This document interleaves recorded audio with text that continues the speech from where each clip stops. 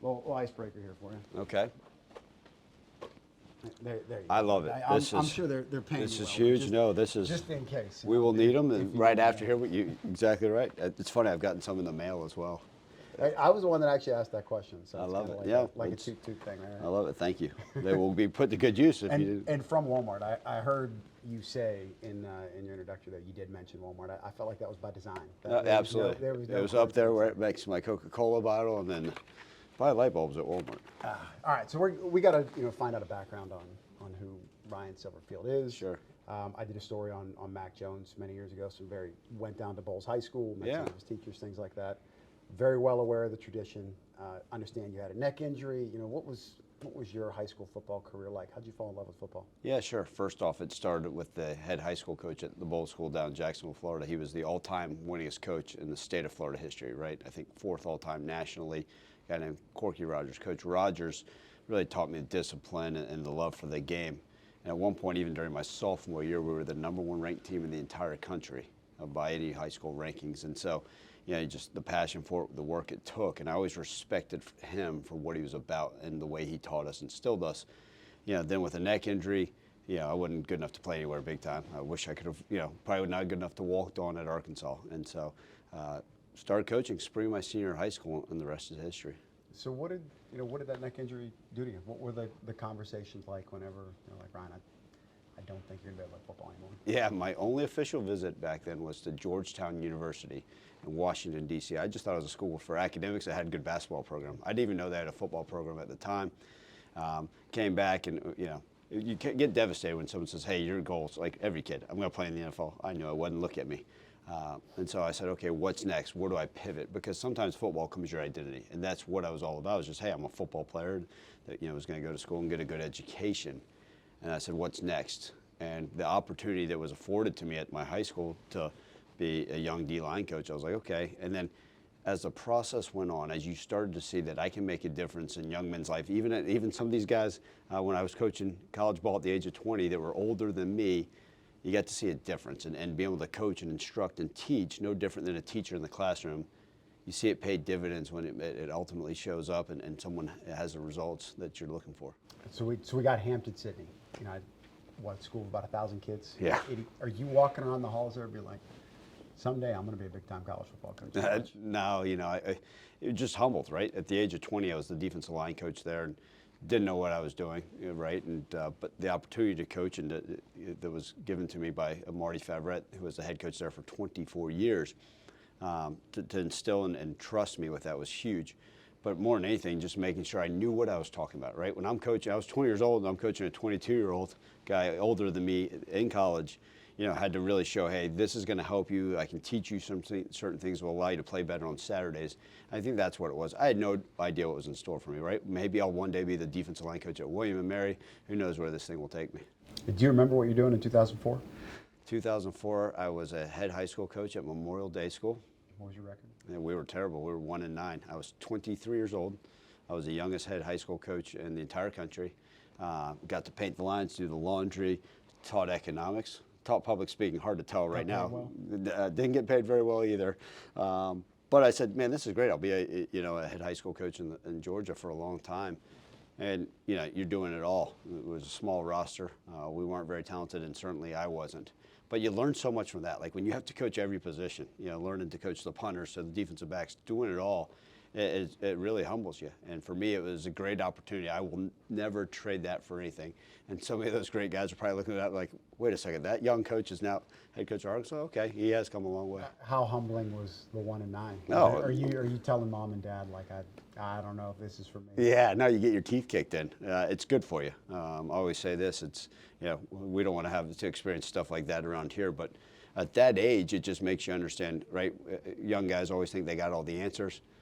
You deal with a player and you're like, oh, I know exactly. No, we're always learning. And what that has taught me is that there has to be a growth mentality, right? Even now at age 45, going to my 7th year, going to my 28th year of coaching, I've got to continue to learn. I got to continue to grow. Where else can I find answers? I don't care if it's the CEO of Walmart that's going to teach me things about leadership and how to deal with people.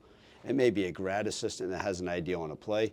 and maybe somebody in administration that has something, or maybe it's the head coach at Oregon that, me and Coach Lanning visited a couple years ago and just went over different things, philosophies, culture things, how we practice, the timing of a certain rep.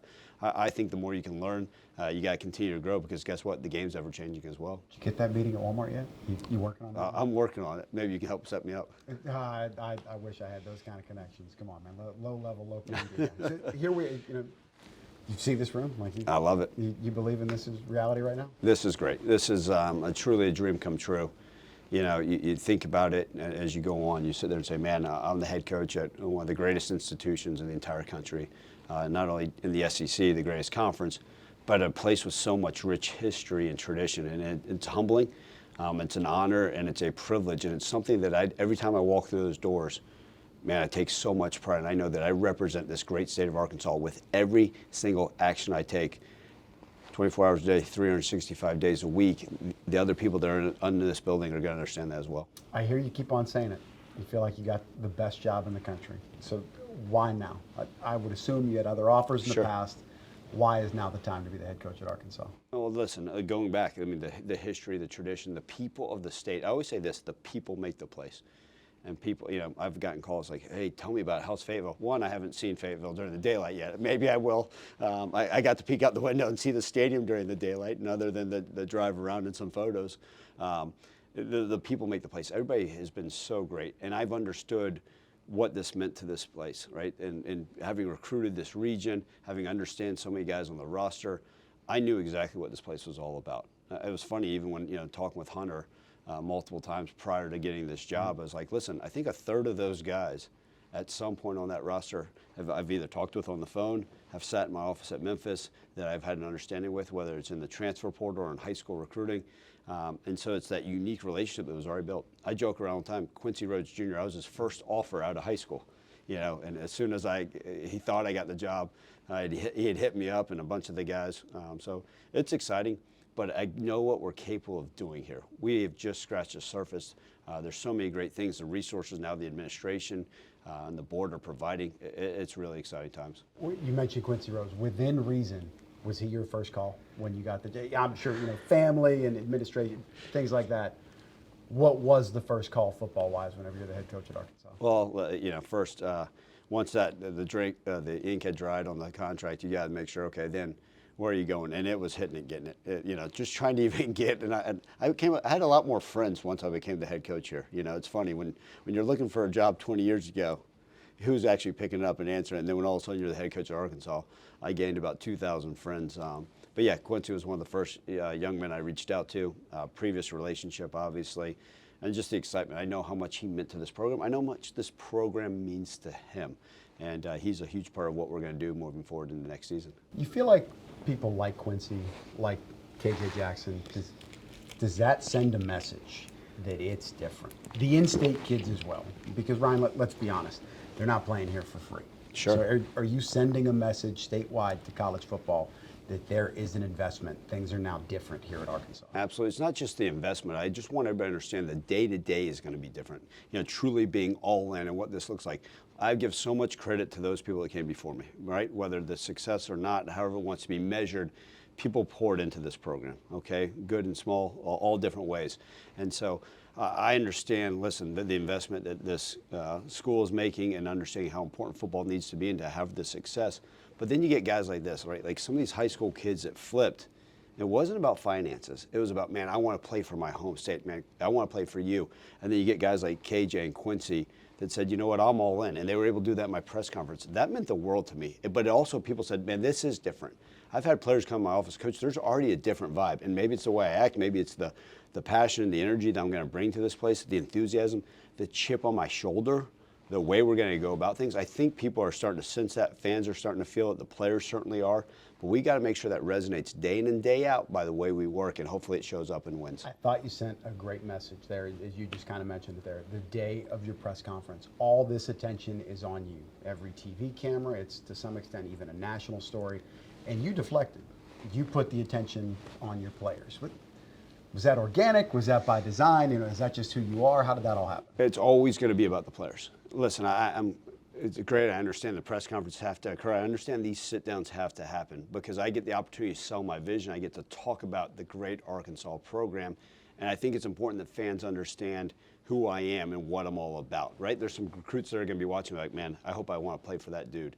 Now, it is always about the players. So if I can have guys like Quincy Rhodes and KJ and others saying, I'm all in, I want to be a part of this, it shows you how quickly that buy-in and belief is. You got to understand, Quincy had no idea who his position coach is. KJ had no idea who the coordinator was, right? These in-state recruits like, I don't know who I'm playing for, but I know I'm playing for you, and I know I'm playing for Arkansas. And to me, I take a lot of pride in that. And that's not patting myself on the back. It just means we got the right type of kids that are doing it for the right reasons. How much does family play a role in you making these decisions? How much of consultation you having with the wife? Yeah. You thinking about the daughters, where you're going to live, and how much it is, hey, this is my gut. I feel this in my heart. For sure. It always starts with the family. My wife and I discuss everything. Ultimately, how can we put our daughters in a great situation? We were so excited to get to live in Fayetteville, this great community, to live in this great state. And as other schools came calling, as other opportunities were there, and some people said, hey, we need you to go ahead and make a decision. You know what my wife always said? What about Arkansas? Where does it stand with that? And so deep in my heart, I said, this is what she wants. This is what I want. And ultimately, it's led to us being here today. And then, we're so excited. This is such a great place. This is such a community. And even talking about just these coaches, I mean, Coach Calipari, one of the first guys to reach out to me, like, hey, Ryan, excited for you and to be here. The gymnasts, the gymnastics team, the coaches, like, man, your daughters can come tumble around and have, like, that's what you want, this sense of community, the love, and I think it's going to be a great bond. In Tennessee, right? Yeah, we won't. I don't talk about that school. I'm sure you've seen the schedule, right? We're going to be all in on Arkansas come 2026. Right? Absolutely. Yeah, don't worry. I promise you that. Yeah, quite excited. You got to know where the bread is buttered. I like that. As far as your daughters go, kids are life-changing. For sure. How'd they change you as a coach? And somebody said, man, you're having these twin daughters. All you've ever done has been fully committed to football. It's all I've known. I mean, literally, since the age of 18, I've given my heart and soul to a football program. I've put family aside. I've put everything aside. And my no hobbies. It's just been football, and the program and the players. And then all of a sudden, at my age, right, God blesses me with two amazing identical twin girls, and it does change you. But I think I'm a better coach because of this. One, I get plenty of testosterone here in the building, right? It's good for me to go home and, as my wife calls it, the estrogen palace with the girls and the girl dog. It's good for me. And what it does is it sets a reminder, hey, this is why you do it, this is what it is. And also when I come to work, right, if I'm getting out of the house at 4 a.m. and I'm leaving behind them, I know, hey, you know what? Not that it's going to change my work ethic, but man, everything I do is going to be a direct reflection of how I can help them and help this program. And it's been good for me. It puts me maybe a little bit calmer, right? I may have, and I can look and I see the picture of those girls. Maybe I'll be able to have a better conversation with a player. And we have some players with kids now too, and it's funny. I'm like, hey, you got a good pediatrician. What do you expect daycare? So sometimes it puts me even at my age on their level, and we're able to have that great dialogue. Crazy how much college sports has changed. Calipari's cut about the alimony thing in college sports. That is true insanity. Alignment is like this new buzzword in college sports, and that's all. Presidents, board members, the athletic director, the head coach. We want to be aligned. You mentioned Hunter. What about his vision? What makes you excited to work with him? Why do you believe in Hunter Yurchek? For sure. I think it was the very first conversation we had. I asked him what's important to him. What does he want from the head coach at the University of Arkansas? Because to me, right, I'm getting grilled with questions for hours, right? Let me ask you, what are you ultimately looking for? And I think the biggest thing is he said he wanted a leader of men, somebody that believed in the culture of not just the football program that was going to create a culture, but the entire athletic department in this community. And it's someone that really wanted to be at Arkansas, that was saying, man, this is the job I want. I'm going to pour into this. Someone that he could sit there and say, let's let this thing last. I joked around at the press conference. I looked at the jersey and I said, 35. How many baseball coaches have we had since, we're now on our 35th football coach. So let's keep this 35 for at least more than 10 years, right? So we're not changing over those numbers. But I think the belief in the way we want, a lot of that shared vision, what this needs to look like, a sense of urgency too. I told him, I said, listen, we have to get this thing changed. There's a lot of things that have to occur to be here. And then also having the conversations, right, with Chancellor Robinson, just understanding where we want to be, how I want to be aligned, what that looks like, the Board of Trustees, the search committee, a lot of the same thoughts. And I also brought some ideas to them that they're probably like, whoa, we hadn't thought about that, or that's going to be a little bit unique. But sure, we'll be all in if it helps us win football games. So some would say that Arkansas is maybe a little bit behind. And even Hunter's comments towards the end of the summer, that they did indicate some of that. You wouldn't be here if you didn't have assurances that things were going to change. As much as you can say, what kind of assurances were you given? Well, listen, I mean, just because you were able to get new light bulbs in, I mean, that's part of it, No, I think it's just, listen, we're going to step up at a higher level. We want to have success in the SEC. There's a certain way you have to operate. And it's not just by building the right type of roster, it's right getting the right staff, retaining the certain players, and just that assurance is, hey, we're going to step up, not only in this conference, but nationally to give you a fighting chance. You don't want to be at the bottom of the barrel. You want to be able to have yourself an opportunity. Every year, there's always going to be somebody with something a little bit more, a neighbor with a bigger house, right? A guy with a bigger boat. That's just the nature of society. And so if you give us a fighting chance, we're going to come out swinging and have opportunities to show up with wins on Saturday. You've been outspoken that this is not going to be a 3 or 4 year plan. This is a right now microwave kind of rebuild. Sure. What does that look like? How does it change practically overnight? Yeah, listen, there's a culture that has to get created, and that has to happen every single day. So even 3 years from now, the roster will look different, and I'm still here, but it's like, hey, now these guys have been here, understand the culture, the way we do things, right? The school does, maybe the resources, all those things. So it's going to take some time to get exactly where we want to. Nothing happens overnight, but getting these guys, we've already had certain players saying, right, that they're coming back, that they want to be a part of this thing moving forward, maintaining those key pieces, and then going out there in the portal and finding guys that fit what we want and that are going to play like we are. And so that gives you the opportunity. And I think, right, the style of play, the energy we're going to play with, right, the effort we're going to play with, I think that will show up.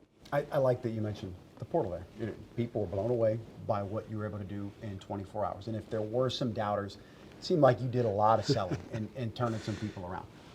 What are we going to expect? What can we get excited about whenever the portal opens beginning of January? Well, listen, everybody always wants flash and substance, and we've taken some really good players from some schools that people have never heard of, and you're like, wait a second, that guy's the All-American? What about the other guy that was, a big name recruiting? Listen, half these 4 stars, half these 5 stars completely miss, and there's a reason why a guy that may have been going on his 4th school is now looking for his 5th in the portal. So let's not just get caught up in names. It's no different with the staff. When I mentioned that we were going to be blown away, the type of people we're going to bring in, but ultimately the way they're going to coach, and no different the players we're going to bring in. Do they fit our culture? Do they fit the way we want to do things? Can they help us win games? I think it'd be great in the locker room. And those are the type of young men we're going to bring in this program. A lot of it's happening so fast, like data analytics, and a lot of schools have kind of been passed over. I don't know exactly what the situation is like here, or what your philosophy is on that, but how do you view analytics? How much is that viewed in things like scouting, development? Sure. Analytics has to be something you have to be aware of, right? I'm not sitting behind a computer and letting it tell me who I need to take. I'm not letting a computer tell me whether we should go for it on 3rd and 1, right? I think that's some information that I have to use as the head coach to ultimately decide, is this a player that I think is worth taking, right? Where does he measure up? From a financial standpoint, where does he measure up from a snap play? Is he going to be, does he have 3 years left? Does he have 1 year left? No different. 3rd and 1, where are we at on the field? What's my gut tell me? What's the weather look like? No computer can judge it ahead of time, what it may be, right? Where are we at? How's the defense playing? Is the quarterback able to get a half a yard on a quarterback sneak? Or is it 3rd and full yard? All those things have to go into play. So analytics, yeah, you'll sit there and say, okay, this book, this computer system's telling me this is the way maybe I should probably do things. Cool. Ultimately, it's got to go with what I think from here and here that will make the best decision for this program. Do you believe in doing research consulting with, Indiana, Texas Tech, Vanderbilt? Places don't really have a winning tradition, but they have been able to kind of turn things around overnight. Yeah, the more I can learn, this goes back to what we just talked about 10 minutes ago. Is how can I better educate myself? How can I be better as a head coach?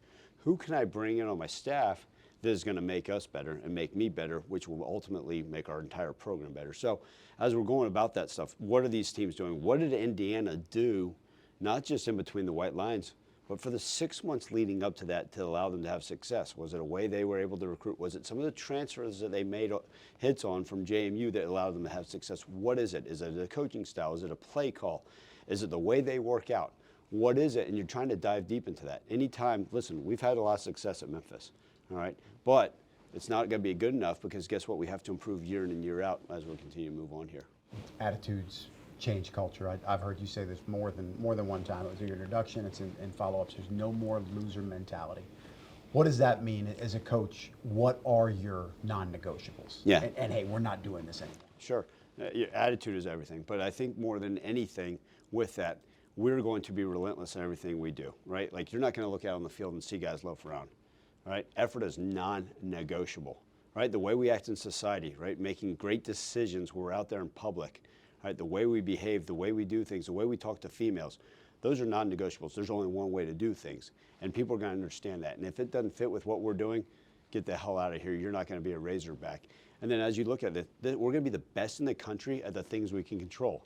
Part of that is your attitude. You can control your attitude. You can control how much film you study. You can control getting to study hall on time. Because guess what? If you're late, if you're 16 seconds late for study hall, I'm going to hold your ass accountable. That's just the nature of this thing. But we're going to be the best in the country at the controllables. We're going to do it with relentless effort. We're going to have a lot of passion when we do it. This program is it's in need of selling. That's obvious. Anytime you're down, you got to work your way back up.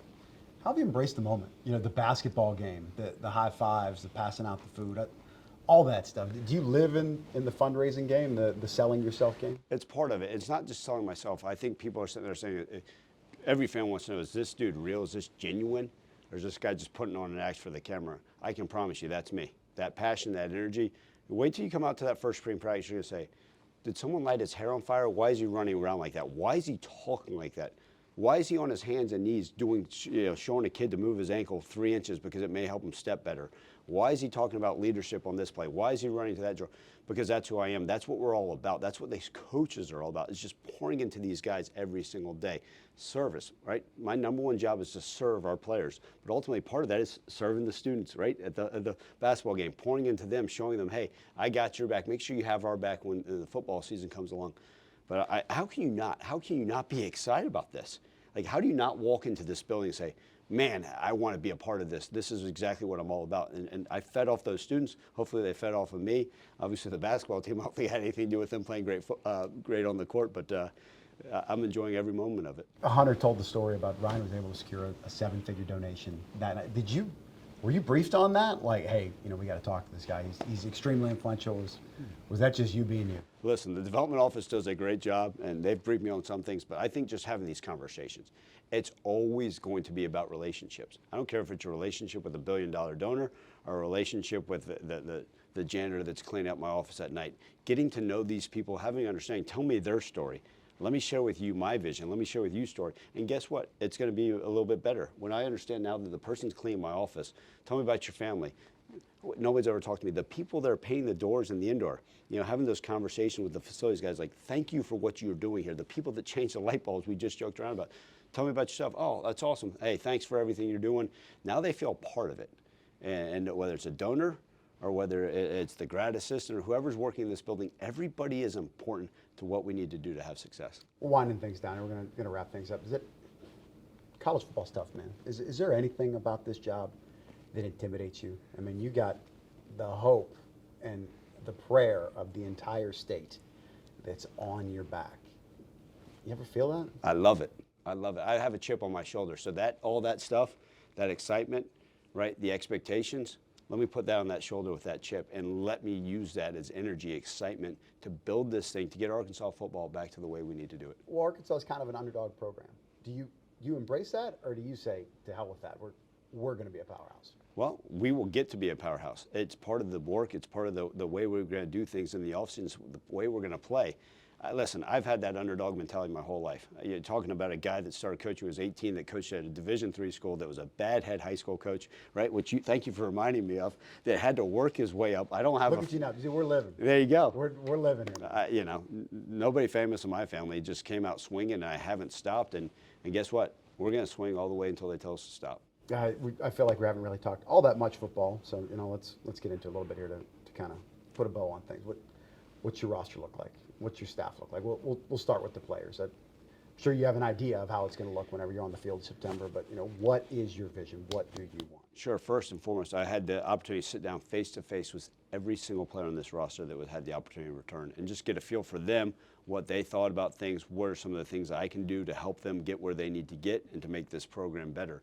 But I think more than anything, I want guys that want to be here, guys that are excited about playing, and I said this before, for that name on the front of their jersey, guys that are going to love ball, they're going to go out there and play their tails off, right? Not only for the university, but for the entire state. Those type of guys you can win football games with. Oh, and by the way, let's make sure they're fast. Let's make sure they're physical. Right? Let's make sure they can do all those things that you want them to ultimately do. But I think the fans are going to see that from the very first game. Like, and they seem a little bit different, right? They play in a little bit different.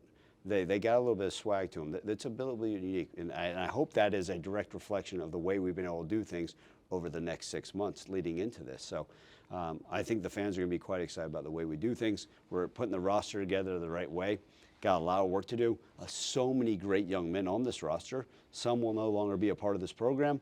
A lot are going to join. And also it's my job to develop what we already have. If guys have said, hey, I want to be a part of this thing moving forward, maybe they didn't play last year.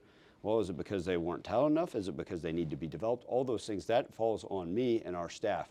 Speaking of the staff, we're putting together a great staff, a bunch of coaches, a bunch of support staff that are going to make this program hum. How special is KJ Jackson? He's great. You picture a quarterback, is that what you wanted? Well, even the left-handed thing? Yeah, the left-handed thing. I don't, taking snaps from under center and catching some of those balls, I'll let somebody else handle all that stuff.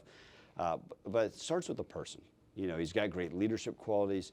He can sit down. He's got immense football IQ. He's just fun to be around. You can sense it. He loves ball. I think if he had his druthers, he would say, "What do we have to go home for Christmas? Why don't you and I just hang out and talk all the time?" And those are the type of guys you want leading your quarterback room.